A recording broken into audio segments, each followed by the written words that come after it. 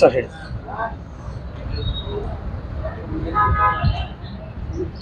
ಮನು ನಮಗೆ ಸಂವಿಧಾನ ಕೊಟ್ಟಿರುವಾಗ ಬೇರೆ ಸಂವಿಧಾನದ ಅವಶ್ಯಕತೆ ನಮಗೇಕೆ ಅಂತಕ್ಕಂಥ ಮಾತುಗಳು ಈ ದೇಶದ ಯಾರೇ ಅನಕ್ಷರಸ್ಥರಾಗಲಿ ಅಥವಾ ಸಂವಿಧಾನದ ಬಗ್ಗೆ ಅರಿವು ಇರಲತಕ್ಕಂಥವರು ಮಾತಾಡ್ತಕ್ಕಂಥ ಮಾತುಗಳಿಲ್ಲ. ನಮ್ಮ ದೇಶದ ಉಚ್ಚ ನ್ಯಾಯಾಲಯದ ನ್ಯಾಯಮೂರ್ತಿಗಳು ಈ ಮಾತುಗಳನ್ನು ಹೇಳಿರ್ತಕ್ಕಂಥದ್ದು. ಮನುಸ್ಮೃತಿ ಈ ದೇಶದ ಸಂವಿಧಾನ ಆಗಲಿಕ್ಕೆ ಯಾವ ಲಕ್ಷಣಗಳಲ್ಲಿ ಅದರೊಳಗೆ ಅಡಕವಾಗಿವೆ ಮತ್ತು ಈ ದೇಶದ ಸಂವಿಧಾನ ಆಗಲಿಕ್ಕೆ ಅದಕ್ಕೆ ಏನು ಅರ್ಹತೆಗಳಿವೆ ಅಂತಕ್ಕಂಥದ್ದು ಇವತ್ತು ನಾವು ಅದರ ಬಗ್ಗೆ ವಿಚಾರ ಮಾಡ್ತಕ್ಕಂಥದ್ದು ಭಾಳ ಪ್ರಮುಖವಾಗಿರ್ತಕ್ಕಂಥದ್ದು. ನಮ್ಮ ದೇಶಕ್ಕೆ ಹೊಸ ಸಂವಿಧಾನದ ಅವಶ್ಯಕತೆ ಇಲ್ಲ. ಮನುಶಾಸ್ತ್ರ ಮತ್ತು ಭಗವದ್ಗೀತೆ ನಮ್ಮ ದೇಶದ ಸಂವಿಧಾನ. ಮನುಸ್ಮೃತಿಯಲ್ಲಿರ್ತಕ್ಕಂಥ ಆಶಯಗಳು ಸಂವಿಧಾನ ಇವತ್ತು ಪರಿಗಣಿಸಿರುವುದಿಲ್ಲ. ಇಡೀ ಪ್ರಪಂಚಕ್ಕೆ ಸನ್ಮಾರ್ಗ ತೋರಿಸ್ತಕ್ಕಂಥ ಮನುಶಾಸ್ತ್ರವು ಸಂವಿಧಾನದ ರಚನಾ ಸಮಿತಿ ಅದನ್ನು ಗಣನೆಗೆ ತೆಗೆದುಕೊಂಡಿರುವುದಿಲ್ಲ. ಇದು ಬಹಳ ನೋವಿನ ಸಂಗತಿ ಅಂತಕ್ಕಂಥ ಮಾತುಗಳನ್ನು ನಾವು ಈ ದೇಶದ ಸಂವಿಧಾನ ಒಪ್ಪುವುದಿಲ್ಲ ಅಂತಕ್ಕಂಥ ಮಾತುಗಳನ್ನು RSS ತನ್ನ ಮುಖವಾಣಿ ಪತ್ರಿಕೆಯಾಗಿ ಇರ್ತಕ್ಕಂಥ ಆರ್ಗನೈಸ್ ಪತ್ರಿಕೆಯಲ್ಲಿ ಇವತ್ತೇನಪ್ಪ ಅಂದರೆ ಬರೆದಿರ್ತಕ್ಕಂಥದ್ದು. ಅದೇ ಮುಂದುವರೆದು ಏನಪ್ಪ ಅಂದರೆ 1956ರಲ್ಲಿ ಕೂಡ ಮನು ಮಾನವನ ಹೃದಯವನ್ನು ಗೆದ್ದಿರ್ತಕ್ಕಂಥವನು.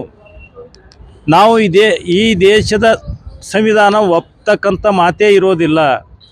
ಮನುಶಾಸ್ತ್ರ ಶಾಶ್ವತ, ಸಂವಿಧಾನ ಏನಪ್ಪ ಅಂದ್ರೆ ಅಶಾಶ್ವತ ಅಂತಕ್ಕಂಥ ಮಾತುಗಳು ಹೇಳ್ತಾರೆ.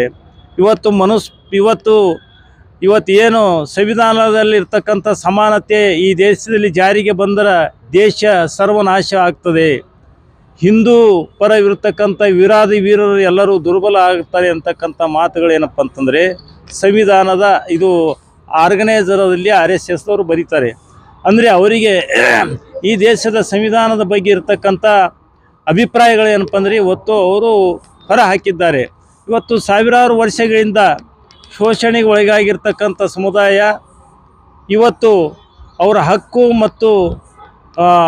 ಹಕ್ಕು ಮತ್ತೇನಪ್ಪ ಅಂದರೆ ಅಧಿಕಾರಗಳು ಶೋಷಿತ ವರ್ಗ ತನ್ನಲ್ಲಿ ಇಟ್ಕೊಂಡು ಇವತ್ತೇನಪ್ಪ ಅವರೇ ಅನುಭವಿಸುತ್ತಾ ಇವತ್ತು ಶೋಷಿತ ಸಮುದಾಯಗಳಿಗೆ ಏನಪ್ಪ ಅಂದರೆ ಅವರ ಸೇವೆ ಮಾಡಬೇಕಂತಕ್ಕಂಥ ಕಾನೂನು ಏನಪ್ಪ ಅಂದರೆ ಮನುಧರ್ಮ ಅಳವಡಿಸ್ಕೊಂಡು ಬಂದಿರತಕ್ಕಂಥದ್ದು. ಇದನ್ನು ಏನಪ್ಪ ಅಂದರೆ ನಮ್ಮ ದೇಶದ ಸ್ವಾತಂತ್ರ್ಯ ಹೋರಾಟಗಾರರು ಡಾಕ್ಟರ್ ಬಾಬಾ ಸಾಹೇಬ್ ಅಂಬೇಡ್ಕರ್ ಅವರ ನೇತೃತ್ವದಲ್ಲಿ ರಚಿತವಾಗಿರ್ತಕ್ಕಂಥ ಸಂವಿಧಾನ ಈ ದೇಶದ ಸಮಗ್ರ ಶೋಷಿತ ವರ್ಗಕ್ಕೆ, ದಮನಿತ ವರ್ಗಕ್ಕೆ ಏನಪ್ಪ ಅಂದರೆ ಹಕ್ಕುಗಳು ಕೊಟ್ಟಿರ್ತಕ್ಕಂಥದ್ದು.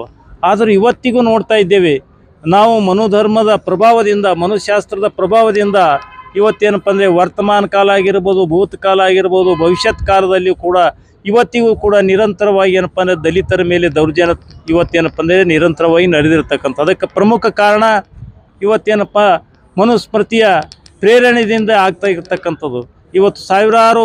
ಇವತ್ತು ದೇಶದ ಸಾವಿರಾರು ಗ್ರಾಮಾಂತರ ಪ್ರದೇಶಗಳಲ್ಲಿ ಏನಪ್ಪ ಅಂದರೆ ಇವತ್ತಿಗೂ ಕೂಡ ಜಾತಿ ವ್ಯವಸ್ಥೆ ಏನಪ್ಪ ಅಂದರೆ ಇವತ್ತು ಅಟ್ಟಹಾಸವಾಗಿ ಮೆರೀತಿರ್ತಕ್ಕಂಥದ್ದು. ಈ ಎಲ್ಲನೂ ನೋಡಿದಾಗ ಇವತ್ತು ಏನು ಮನುಸ್ಮೃತಿಯ ಇರ್ತಕ್ಕಂಥ ವಿಷಕಾರಿಯಾಗಿರ್ತಕ್ಕಂಥ ಗ್ರಂಥ ಡಾಕ್ಟರ್ ಬಾಬಾ ಸಾಹೇಬ್ ಅಂಬೇಡ್ಕರ್ ಅವರು ಬಹಳ ಪ್ರಮುಖವಾಗಿ ಅಧ್ಯಯನ ಮಾಡಿರ್ತಕ್ಕಂಥದ್ದು.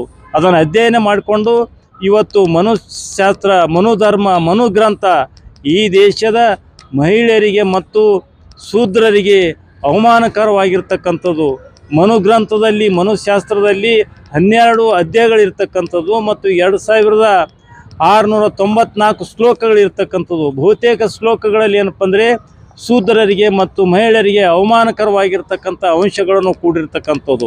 ಈ ನಿಟ್ಟಿನಾಗಿ ಇದನ್ನು ಅಧ್ಯಯನ ಮಾಡಿರ್ತಕ್ಕಂಥ ಡಾಕ್ಟರ್ ಬಾಬಾ ಸಾಹೇಬ್ ಅಂಬೇಡ್ಕರ್ ಅವರು 1927 ಡಿಸೆಂಬರ್ 25ರಂದು ಮಹಾಡದಲ್ಲಿ ಏನಪ್ಪ ಅಂದರೆ ಮನುಸ್ಮೃತಿಗೆ ಏನಪ್ಪ ಅಂದರೆ ಬೆಂಕಿ ಇಟ್ಟು ದಹನ ಮಾಡ್ತಕ್ಕಂಥ ಕಾರ್ಯಕ್ರಮ ಅವರು ಹಾಕ್ಕೊಂಡಿರ್ತಕ್ಕಂಥದ್ದು. ಇವತ್ತಿಗೆ ಏನಪ್ಪ ಅಂದರೆ 97-98 ವರ್ಷ ಗತಿಸ್ತಾ ಇವೆ ಆ ಘಟನೆಯಾಗಿ.